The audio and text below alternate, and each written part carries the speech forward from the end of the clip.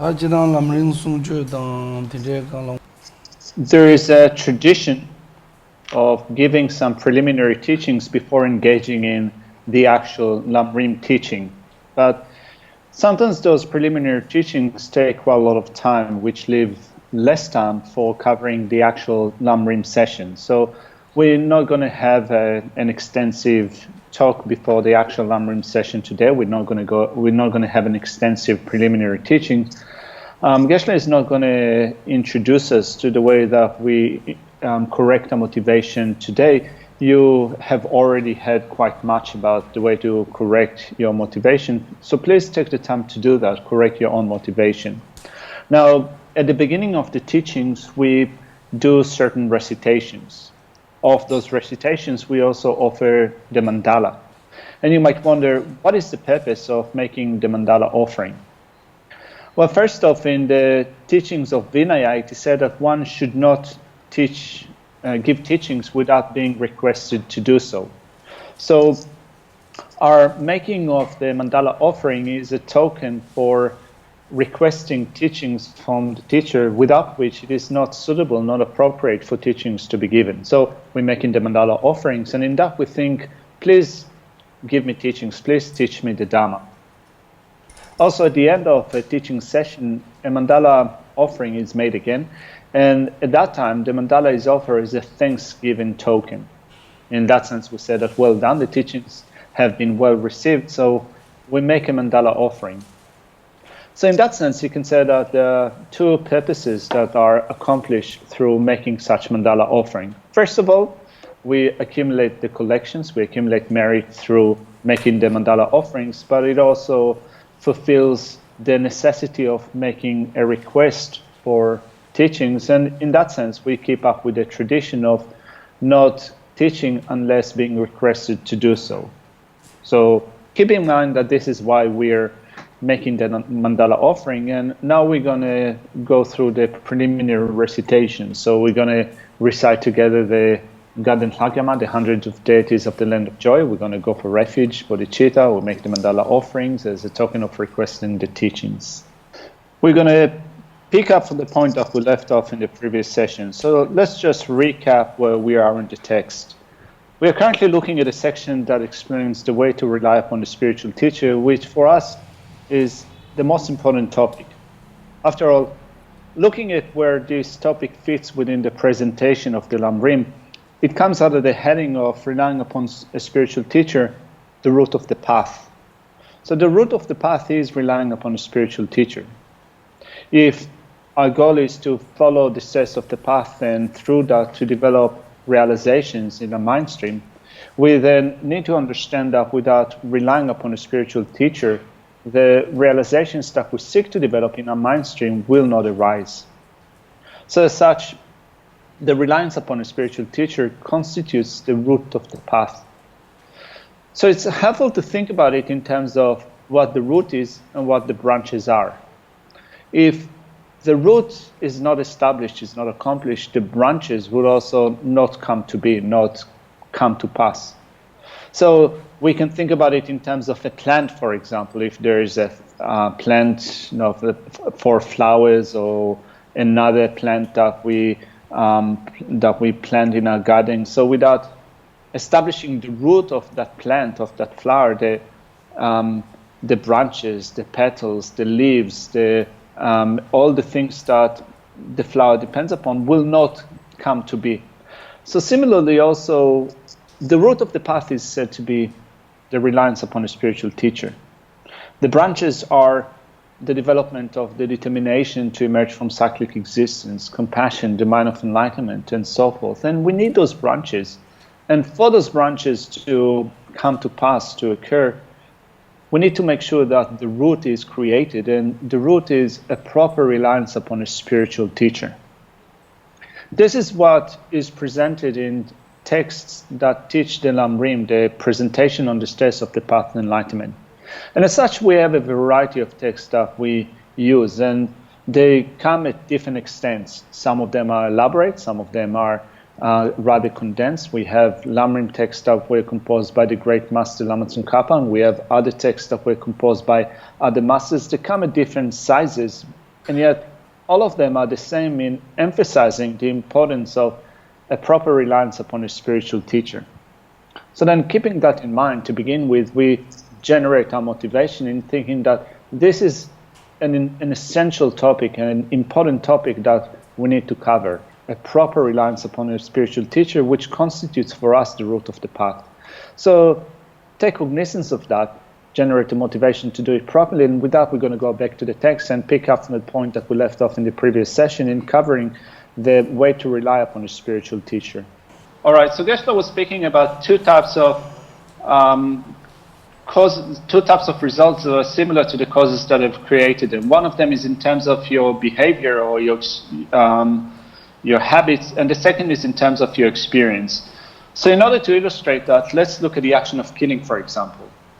A causally concordant effect in terms of your behavior would be developing an affinity with killing, in that you would be more predisposed to killing in your future lives. That's a result similar to the cause in terms of your behavior. The second is in terms of your experience. So the action of killing involves with shortening the life of another living being, right? So a causally concordant effect in terms of your experience would be once you kill another living being, your life will also be shortened in your future lives. So the distinction is made between those two types of results similar to the cause that created them, because the paragraph after the quotation from Geshe Potawa's the Blue Book of Spells says that if you are properly devoted to your spiritual guide, that action will give a similar result. You will not be deprived of virtuous spiritual guides in all your future lives.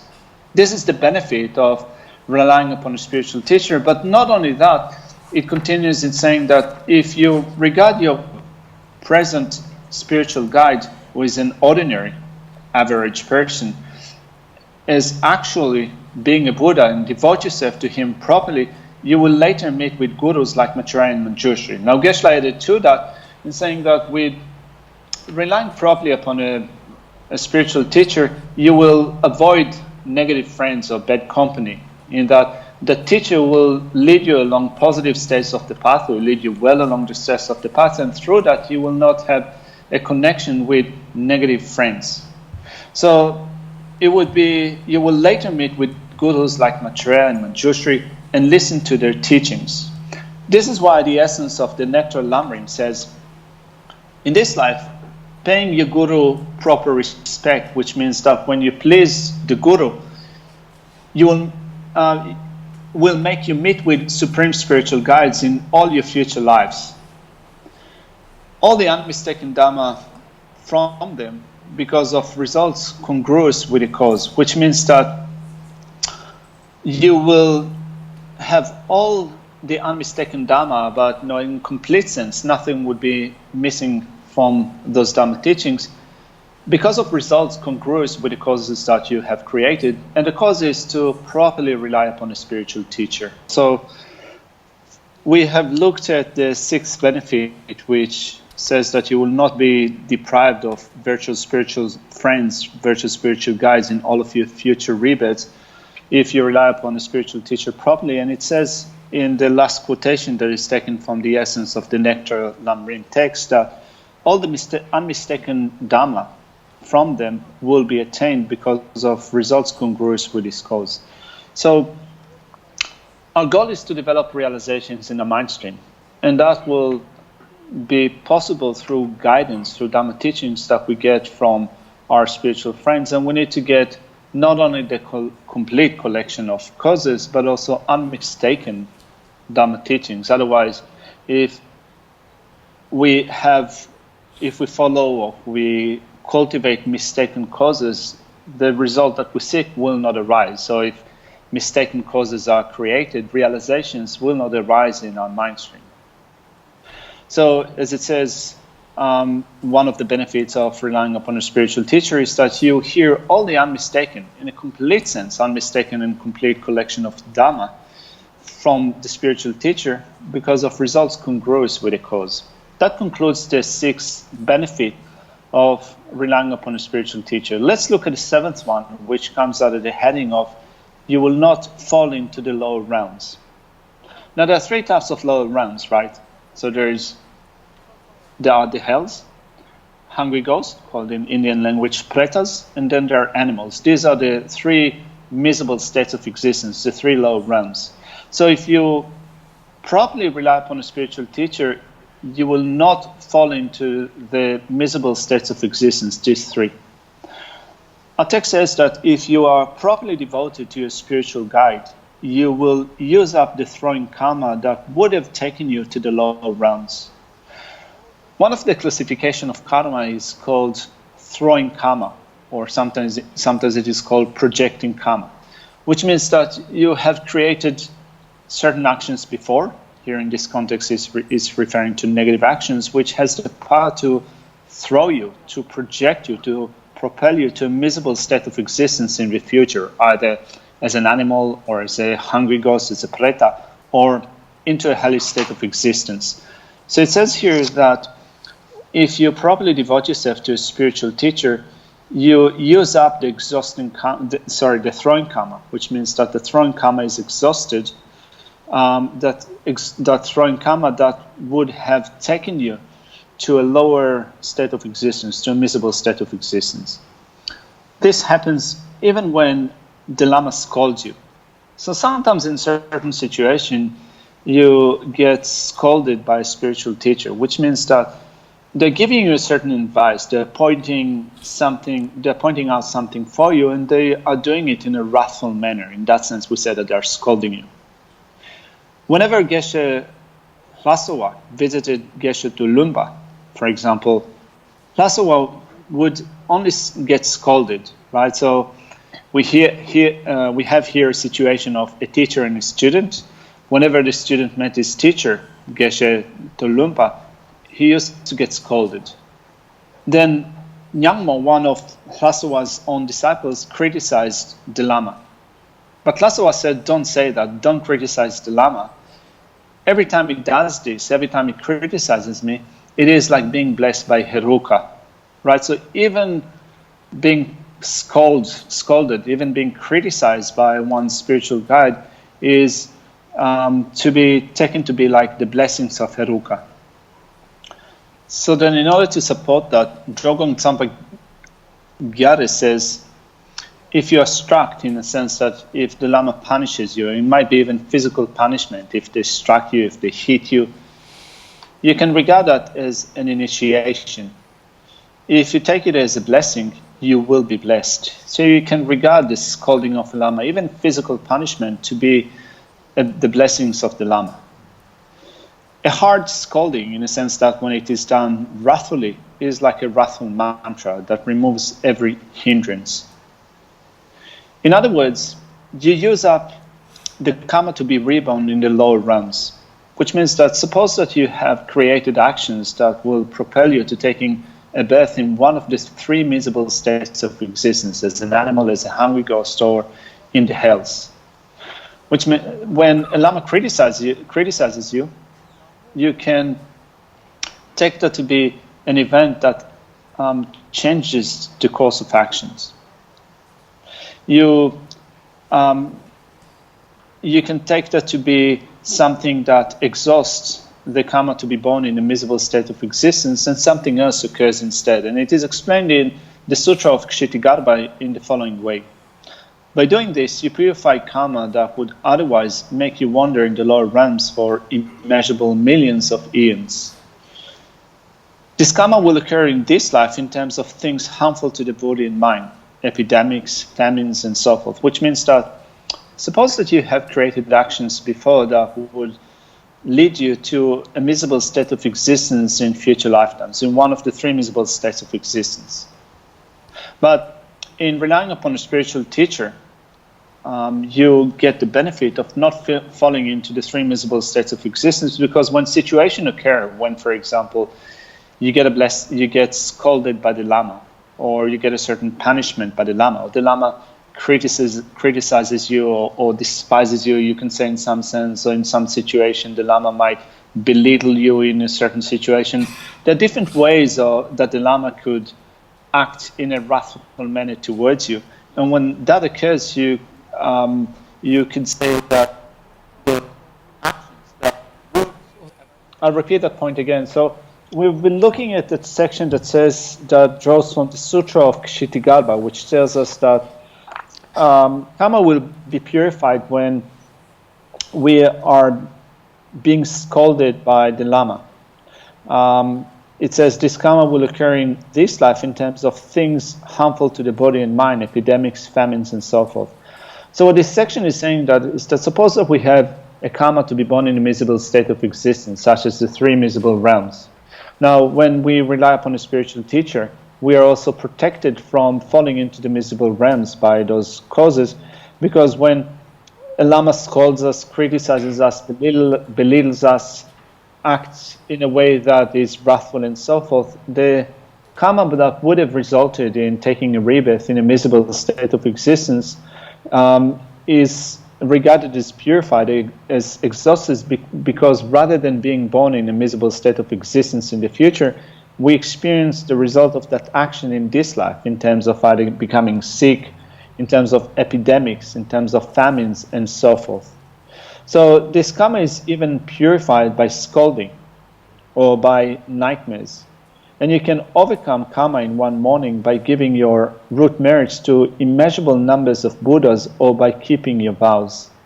Which means that this purification of karma that occurs, which prevents you from falling into a miserable state of existence, occurs not just randomly or all of a sudden out of the blue. It occurs due to the kindness of the Lama. This is the mental attitude that we adopt.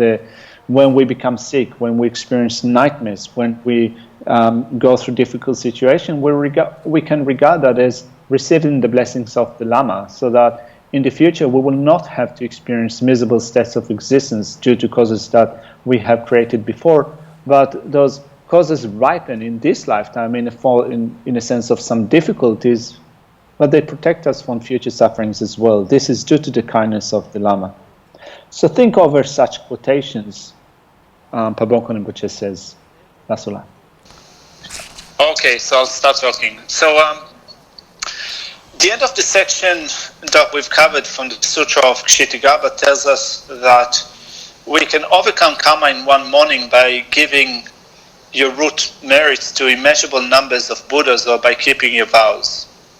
Which means that thinking of the way that we can boost up our accumulation of merit, we can do that greatly, very effectively, even in one short session in the morning, through keeping our vows properly, relying upon the spiritual teachers, or giving our root merits to immeasurable numbers of Buddhas and Bodhisattvas of the 10 directions. So when we think of boosting up the power of our accumulation, we can visualize in front of us the Buddhas and Bodhisattvas, those that have developed the 10 powers. We can also think about the merit that we accumulate through taking up the 3 trainings, training our minds in the 3 higher trainings. So if we do it properly, through properly relying upon a spiritual teacher, in one morning we can boost up the accumulation of merit to the point where it will outshine other practices that we do. So Geshe-la recounted a couple of stories of people that held a similar attitude. So Geshe-la, that came from the same area as Sangha Rinpoche in his previous reincarnation, never got sick in his life. He lived a healthy life, a comfortable life. He never got sick in his life. And at some point he said that his good health, not getting sick, is attributed to always being scolded by Sangha Rinpoche. So Sangha Rinpoche offered ample criticism to Geshe-la, and he said that because of the scolding, the criticism that he got from Geshe-la, from Sangha Rinpoche, he never got sick. He lived a happy and good life. Not only that, also at Geshe-la's Labrang, there's another teacher called Geshe Ngawang. And Geshe Ngawang also got scolded by Rinpoche. And his attitude towards the scolding that he got was He was thinking that please give me more, actually please hit me, strike me physically, because that if you strike me, you're going to remove my obstacles. You will make sure that I will not be born in the miserable states of existence, because such karma that will cause me to be born in miserable states of existence will come to an end if you scold me, if you hit me, if you strike me. So we need, that Geshe Ngawang says that we need those conducive conditions to avoid obstacles, to remove our obstacles, to avoid them, to prevent a rebirth in a miserable state of existence. And when you get scolded by the Lama, when you even get physically struck by a Lama, it causes the removal of obstacles and the avoidance of the birth in a miserable state of existence. So this is the type of attitude that monks in the monastery have with respect to being scolded by the Lama. They see that as the blessings of the Lama. But then again, when we think of how would we react to being criticized, to being even hit in that way by a Lama, would we be able to cope with that in the same way that Geshe-la or Geshe Ngawang were able to do that? It seems that not only we might think that, it's impossible for me to do it, I'm never going to be able to do it, we might be thinking of either retaliating or thinking that I have to leave this teacher, this is not from me. But when you think of turning your mind along those instructions, when you see the scolding that you get from a spiritual teacher as contributing to the diminishment of your negative actions, to the purification of your negative actions, through that you accumulate a great and powerful, effective accumulation of merit. And without that accumulation of merit, it would be like having a seed that is potent but still not having the conditions that support it. So it would be like having a seed for something but still leaving it to remain in an environment that is completely dry. It doesn't get the conditions that are required for it to germinate and ripen into a plant. So then the 8th benefit says you will effortlessly achieve all short and long-term aims. This is the 8th benefit of relying upon a spiritual teacher, and as such it provides us with a summary of the previous benefits that we have already looked at. So it's in short proper devotion to your guru, which means when you properly, correctly rely upon a spiritual teacher, it constitutes the root of all mundane and supramundane qualities. Along the steps of the path we develop qualities. Some of them are regarded as mundane qualities, worldly qualities, but we're working in order to accomplish the supramundane state, the supramundane qualities. So the proper reliance upon the spiritual teacher constitutes the very root of the accomplishment, the establishment of all mundane and supramundane qualities. It could even be taken as a prerequisite for not falling into the lower realms, into the 3 miserable states of existence, animals, pretas, and the hellish states of existence. On top of that, it says everything needed for the achievement of Buddhahood comes effortlessly when you rely on a spiritual guide. Now, when it refers to everything that is needed, it refers to all the perfect conditions. Everything that is gathered together in one collection that is serving for the achievement, for the accomplishment of the state of Buddha. And it comes effortlessly when you rely on a spiritual teacher. As Lama, Gaden Shartse says in The Foundation of All Good Qualities, O kind venerable one, the foundation of good qualities. That refers to the beginning of Lama Tsongkhapa's text, the foundation of all good qualities, when it says, the foundation of all good qualities is the venerable and kind spiritual teacher. Correct devotion to him is the root of the path. So, when it says that the venerable teacher, the kind and venerable teacher is the foundation of all good qualities, it refers to the qualities such as not falling into a miserable state of existence, accomplishing all the mundane and supramundane qualities, having all the excellent and perfect conditions gathered together for the achievement of Buddhahood. So the Venerable Lama is the root of all of them. Just as the essence of the Nectar Lamrim text says briefly, when you rely upon a spiritual teacher correctly, you will be free from the unfavorable states. Now, unfavorable states here refers to the 8 freedoms as explained in the topic of a person's human rebirth with freedoms and opportunities. So when you properly rely upon a spiritual teacher, you are free from states in which you will not have freedom. So you'll be free from those unfavorable states. And you will achieve good rebirth as gods and humans. Those are temporary states of being born as a human being or as a god. And ultimately, all samsara suffering will end and you'll achieve the supreme excellent state. So these 2 lines refer to the state that is called definite goodness. The state of definite goodness consists of the state of liberation and the state of enlightenment, which are also accomplished in depends upon properly relying upon a spiritual teacher. Atisha said that he had relied on 152 gurus, but he never once disturbed the peace of mind of even one of them. So his good works in India and Tibet were as extensive as space itself because of devotion to his spiritual guides. So we spoke about Atisha before and how Atisha performed extensive deeds both in India and in Tibet. And those activities contributed to the flourishing, to the expansion of the Buddhist teachings. Those activities were successful in Tibet and they were very successful in India. And the success in the propagation, the flourishing of the Buddhist teaching in both Tibet and India is attributed to properly relying upon his spiritual teacher. He had, as the text says, 152 gurus, but he never once disturbed their peace of mind. So that brings to conclusion the first main point in relying upon a spiritual teacher, which is recounting the 8 great benefits of relying upon a spiritual teacher. The last one, the 8th point, is a summary of the previous 7 points. Here the text mentions that Atisha had 152 gurus, and Atisha properly relied upon them.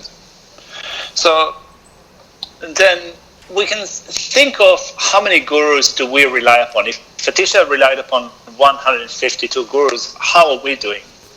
Then when we start thinking about it, we can think, well, I have this Lama and I have the other Lama, and the other Lama. So we start adding the number, and just the mere fact that we need to give it a thought and start to think of the people that we've studied with, and then to decide that this is one of my lamas, I'm relying upon that person. It's indicative for us that we have a poor way of relying upon a spiritual teacher. Anyway, we've covered the first main point in the reliance upon a spiritual teacher, which explained the benefits of relying upon a spiritual teacher, and the following section of the text explains the disadvantages of not relying on a spiritual guide, a spiritual teacher, or of letting your devotion lapse. And it begins saying that the disadvantages of not relying on a guru are the opposites of the above 8 advantages. That is, you will not come closer to Buddhahood and so on. Now, if they are opposite to the first 8 benefits that we have just looked at, we can go over the list of 8 and then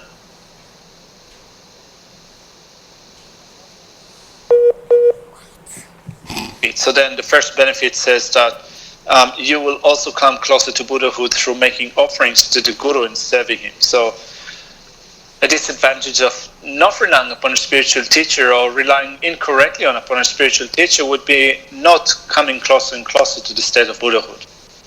The second benefit is pleasing the victorious one. So through not following a spiritual teacher, not relying upon a spiritual teacher or doing it wrongly, we will displease the Buddhas. Then the third one says, if you do not rely properly on your Guru, you will not please the Buddhas, no matter how many offerings you make to them. We've covered that before. Then the next one says that you will not be disturbed by demons or bad company. So, the disadvantage of not relying upon a spiritual teacher would be to be disturbed by demons and bad company. Then the next one is we will not automatically put a stop to all delusions and mysteries, they will actually go rampant in our mind stream.